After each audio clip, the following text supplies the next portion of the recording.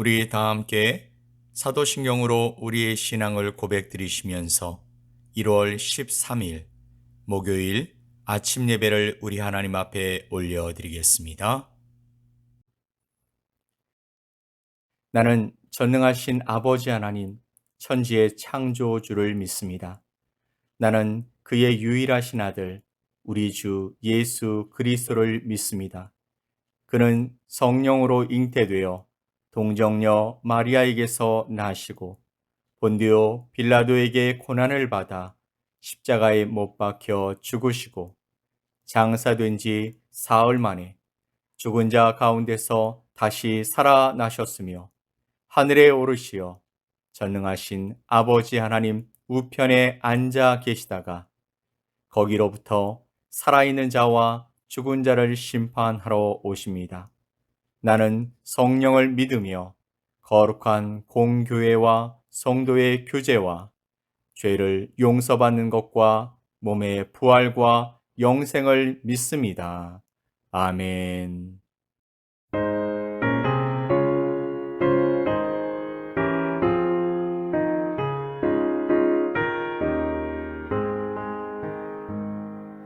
예수는 나의 힘이요 내 생명 되시니 구주 예수 떠나 살면 죄 중에 빠지니 눈물이 앞을 가리고 내 맘에 근심 쌓일 때 위로하고 힘주시리 주 예수. 예수는 나의 힘이요 내 친구 되시니 그 은혜를 간구하면 풍성히 받으리. 햇빛과 비를 주시니 추수할 곡식 많도다. 귀한 열매 주시느니 주 예수. 예수는 나의 힘이요 내 기쁨 되시니 그 명령을 준행하여 늘 충성하겠네. 주야로 보호하시며 바른 길 가게 하시니 의지하고 따라가리 주 예수. 예수는 나의 힘이요 내 소망 되시니 이 세상을 떠나갈 때 곧 영생 얻으리. 한없는 복을 주시고 영원한 기쁨 주시니 나의 생명 나의 기쁨 주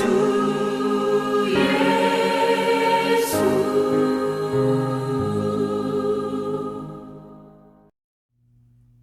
오늘 함께 보실 하나님의 말씀은 사도행전 4장 5절로 12절 말씀입니다. 사도행전 4장 5절로 12절 말씀을 우리 함께 보겠습니다.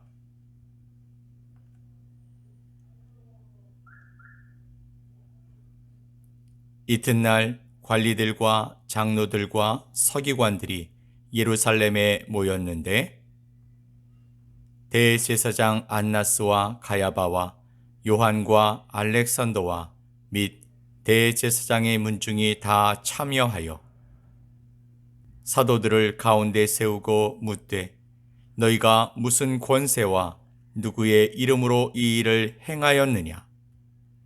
이에 베드로가 성령이 충만하여 이르되 백성의 관리들과 장로들아 만일 병자에게 행한 착한 일에 대하여 이 사람이 어떻게 구원을 받았느냐고 오늘 우리에게 질문한다면 너희와 모든 이스라엘 백성들은 알라.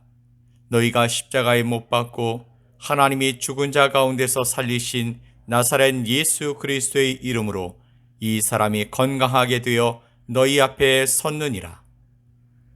이 예수는 너희 건축자들의 버린 돌로서 집 모퉁이의 머릿돌이 되었느니라. 다른 이로서는 구원을 받을 수 없나니 천하 사람 중에 구원을 받을 만한 다른 이름을 우리에게 주신 일이 없음이라 하였더라. 아멘. 날마다 성전 미문에서 구걸하는 걷지 못하던 사람이 걷고 뛰게 되었습니다. 유대인들은 어떻게 이런 놀라운 기적이 일어났는지 알기를 원했습니다. 한참 성전 곳곳을 뛰어다니던 사람은 베드로에게 와서 감사의 인사를 했고 그제야 사람들은 나사렛 예수의 제자들인 베드로와 요한으로부터 이 모든 치유의 기적이 일어났음을 깨닫고 깜짝 놀랐습니다.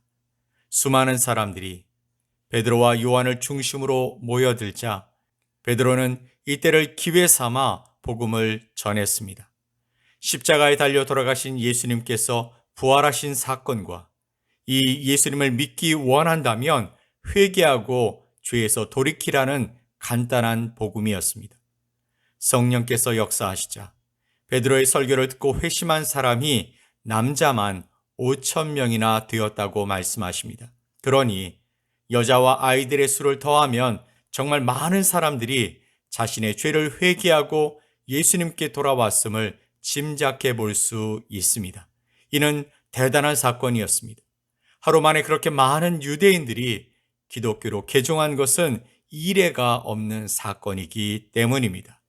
이 엄청난 사건은 예루살렘 성 전체에 큰 파장을 불러일으킵니다. 결국 이 소식은 제사장들에게 전해졌고 곧바로 베드로와 요한은 잡혀갔습니다. 그때는 이미 날이 다 저물어 가고 있었고 해가 진 뒤에는 신문이나 재판을 열지 않는 전통에 따라서 이튿날이 되었어야 비로소 이들에 대한 재판이 진행됩니다.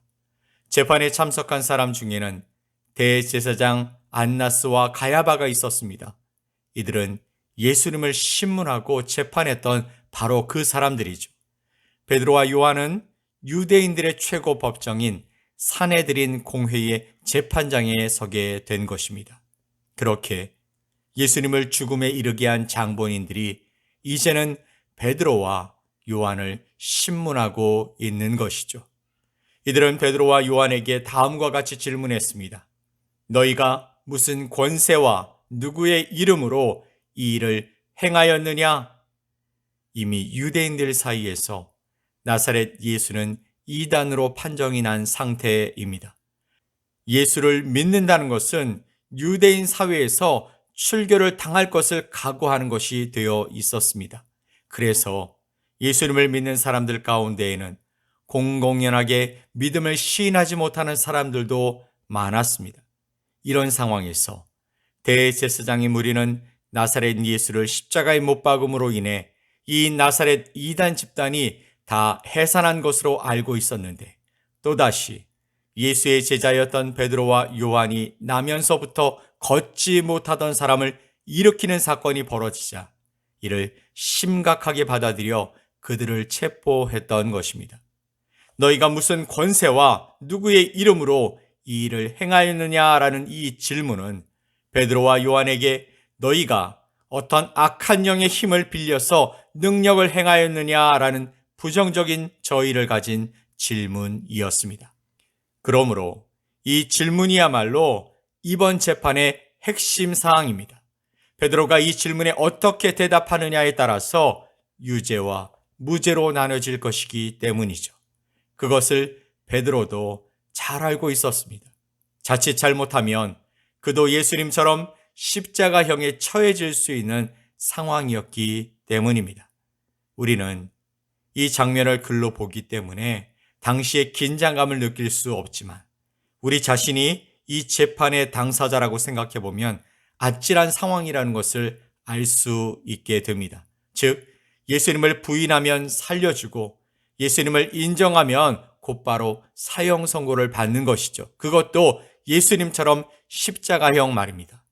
말 한마디에 천냥빛을 갚을 수도 있지만 지금은 말 한마디에 목숨이 왔다 갔다 하는 지경이 된 것입니다. 베드로가 성령의 능력으로 방언을 하고 성령께서 주시는 말씀으로 유창하게 설교를 하고 걷지 못하던 사람을 걷게 하는 능력을 행했다지만 지금 눈앞에 있는 자들은 예수님을 사형에 처한 권세를 가진 사람들이었기 때문에 심정상으로는 두려움을 느끼지 않았을까요? 여러분, 사실 베드로가 어떤 사람입니까? 사람들이 두려워서 또 죽음이 두려워서 예수님을 무려 3번이나 부인했던 이력이 있는 사람이었습니다. 대제사장 집에서 일하는 어린 소녀 종이 당신 갈릴리 사람 맞죠? 라고 물었을 때 그 아이를 혼내며 아니다 라고 말했고 다른 사람이 나는 당신을 분명 예수와 함께 있는 것을 보았소 라고 했을 때에도 예수님을 저주하며 욕하며 부인했던 사람이 바로 베드로였습니다. 그러니 오늘 대제사장의 이 질문이 주어졌을 때 이전에 베드로였다라면 또다시 예수님을 모른다고 부인하면서 최악의 상황은 넘겼을 수도 있는 일이었습니다. 하지만 이제 베드로는 이전에 그 베드로가 아닙니다. 예수님을 위해서라면 자신의 목숨도 아깝지 않고 다 내려놓을 수 있는 그런 사람이 된 것입니다. 너희가 무슨 권세와 누구의 이름으로 이 일을 행하였느냐라는 대제사장의 질문에 베드로는 담대하게 입을 열었습니다. 그가 뭐라고 말하고 있습니까? 9절로 10절 말씀을 보면 만일 병자에게 행한 착한 일에 대하여 이 사람이 어떻게 구원을 받았느냐고 오늘 우리에게 질문한다면 너희와 모든 이스라엘 백성들은 알라. 너희가 십자가에 못 박고 하나님이 죽은 자 가운데서 살리신 나사렛 예수 그리스도의 이름으로 이 사람이 건강하게 되어 너희 앞에 섰느니라. 아멘. 정말 베드로는 하나도 겁먹지 않았고 오히려 자신을 신문하러 모인 이들 앞에서 당신들이 십자가에 못 박은 그 나사렛 예수 그리스도의 이름으로 이 사람이 고침을 받았고 나음을 입었노라 라고 담대하게 말했던 것입니다. 게다가 베드로는 여기서 멈추지 않았습니다. 11절 말씀에서 이 예수는 너희 건축자들의 버린 돌로서 집 모퉁이의 머릿돌이 되었느니라. 아멘. 베드로는요, 시편 118편 22절 말씀을 인용하면서 건축자들이 버린 돌이 가장 요긴한 돌, 코너스톤, 즉 모퉁이의 머릿돌이 되었다라고 말합니다. 이것은 비유였습니다. 건축자들이 버린 돌은 대제사장 무리들이 사형을 언도한 예수님을 의미하는 것이죠. 베드로는 그들이 부인한 예수님께서 바로 가장 귀한 모퉁이의 머릿돌이 되셨다라고 말하면서 예수님이 바로 구약 성경에서 예언된 메시아이심을 담대히 전했습니다. 그리고 그는 그의 신앙이 담긴 아주 중요한 고백을 하게 됩니다. 12절 말씀에 다른 이로서는 구원을 받을 수 없나니 천하 사람 중에 구원을 받을 만한 다른 이름을 우리에게 주신 일이 없음이라. 아멘. 오직 예수 그리스도의 이름만이 구원의 이름이요 다른 길은 없다라고 고백했던 것입니다. 베드로는 예전에 그 베드로가 아니었습니다. 예수님을 위해서라면 자기 목숨도 아깝지 않았습니다. 어떻게 된 것입니까? 그것은 그가 십자가에서 죽으시고 부활하신 예수님을 만났기 때문입니다. 그는 스승을 부인한 제자를 찾아 다시 갈릴리 바다까지 오신 예수님이 바로 하나님의 아들이심을 부인할 수가 없었습니다. 베드로는 예수님이야말로 하나님이 보내신 메시아이심을 굳게 믿고 고백하면서 세상을 향해서도 담대히 증거한 것입니다. 사랑하는 성도 여러분, 우리들은 어떻습니까? 과거 사람들 앞에서 예수님을 부인한 베드로처럼 예수님에 대한 믿음을 숨기고 부끄러워하고 있지는 않습니까? 누군가 예수님을 모르는 사람을 만났어도 그 사람에게 다른 많은 이야기를 하면서도 정작 나의 구주 예수님이 나를 구원하셨다고, 너도 그렇게 구원받았으면 좋겠다고 말하지 못하고 있지는 않습니까? 예수님이 구원자가 되신다고 확신하는 사람에게 복음은 부끄러운 것이 아닙니다. 내가 예수를 부끄러워하고 있다면 그것은 내가 아직 예수님을 살아계신 하나님의 아들로 확실하게 믿지 못하고 있다라는 것입니다. 사랑하는 성도 여러분, 예수님을 부끄러워하지 마십시오. 오직 예수님만이 우리의 구원자이십니다. 예수님 외에 구원받을 다른 이름은 없습니다.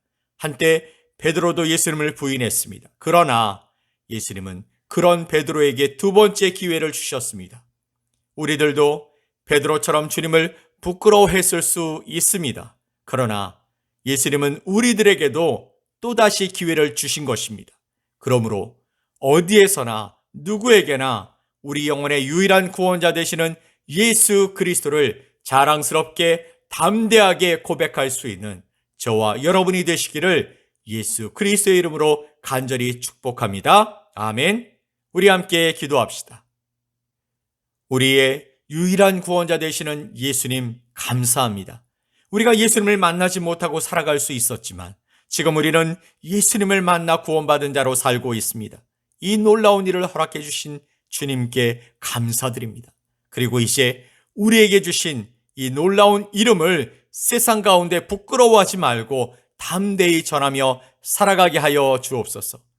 내 삶을 변화시켜 주신 구원의 이름을 붙들고 오늘 하루도 주님을 바라보며 살아가는 하루가 되게 하여 주시옵소서. 감사드리며 예수 그리스도의 이름으로 기도 올리옵나이다. 아멘. 하늘에 계신 우리 아버지여, 이름이 거룩히 여김을 받으시오며 나라가 임하시오며 뜻이 하늘에서 이루어진 것 같이 땅에서도 이루어지이다. 오늘 우리에게 일용할 양식을 주시옵고 우리가 우리에게 죄 지은 자를 사하여 준 것 같이 우리 죄를 사하여 주시옵고 우리를 시험에 들게 하지 마시옵고 다만 악에서 구하시옵소서. 나라와 권세와 영광이 아버지께 영원히 싸움나이다. 아멘.